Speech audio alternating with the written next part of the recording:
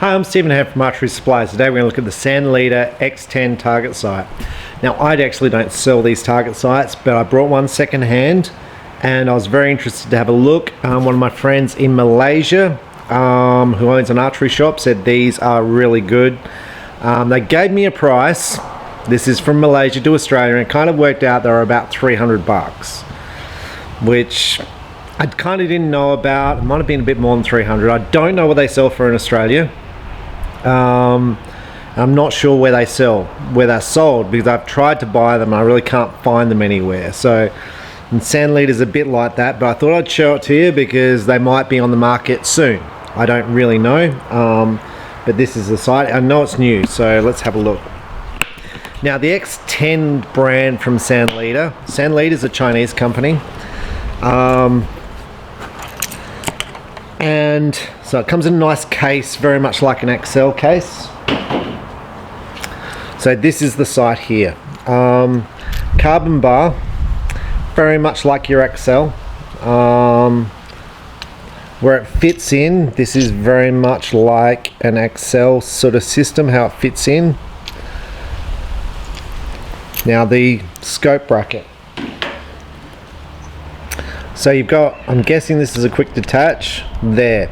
Now I'm going to say the problem with this system here is this is I'm guessing a 1032 block, and I'm guessing it doesn't come with a full block system that normally blocks out the scope. So this scope is going to run a risk of snapping right there through vibration on the bow. So this looks good, the way this is all built, put together. It's got your third axis adjustment just there, and down the bottom there it's got little markings there to show you third axis. I like the quick detach. That's really nice. Let's just feel how it moves. It moves nicely. There's a little, it just fell apart in my hands. You've got sight settings here. I'm going to show you what fell apart so you can sort of know. Now, I brought this second hand, so I'm not sure what it's worth. Now, what fell apart is these little black things. So I'm going to put that back on. Now, they go on there. They go on there and there.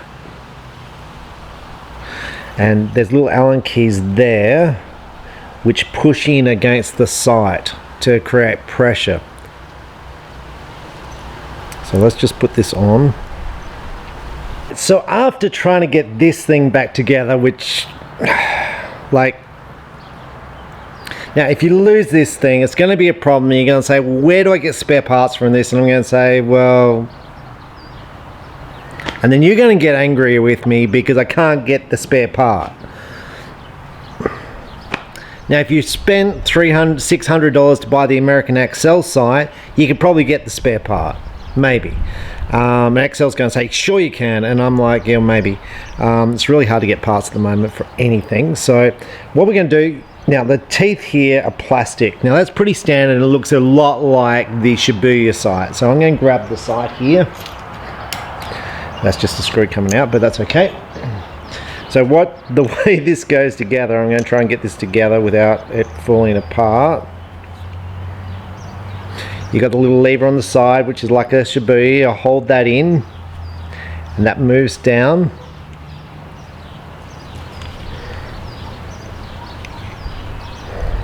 And I'm so hoping this doesn't fall apart on me.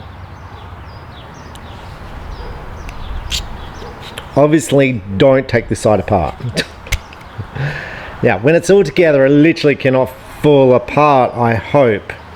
Alright, so it's together. Now, this mechanism here is very much like the Shibuya mechanism. And I'm going to say it's not like the other Chinese sights, although there is a Chinese sight that looks similar. But it looks nice. It's a nice looking sight. Now, there's a little bit of play here. See there? You get a little bit of play. Now, for some people that's an issue, and they're going to say, well, I don't like this play here. Now, to me, that's not an issue, so it is what you take from it. Now, if you want to tighten that up, there's little screws on the side there which push this against the housing. It pushes against those these two edges here, which pulls it tight, but then it won't move as easy up and down, and the quick adjustment won't move as easy. But you can see there, look, I don't know if that's an issue for you.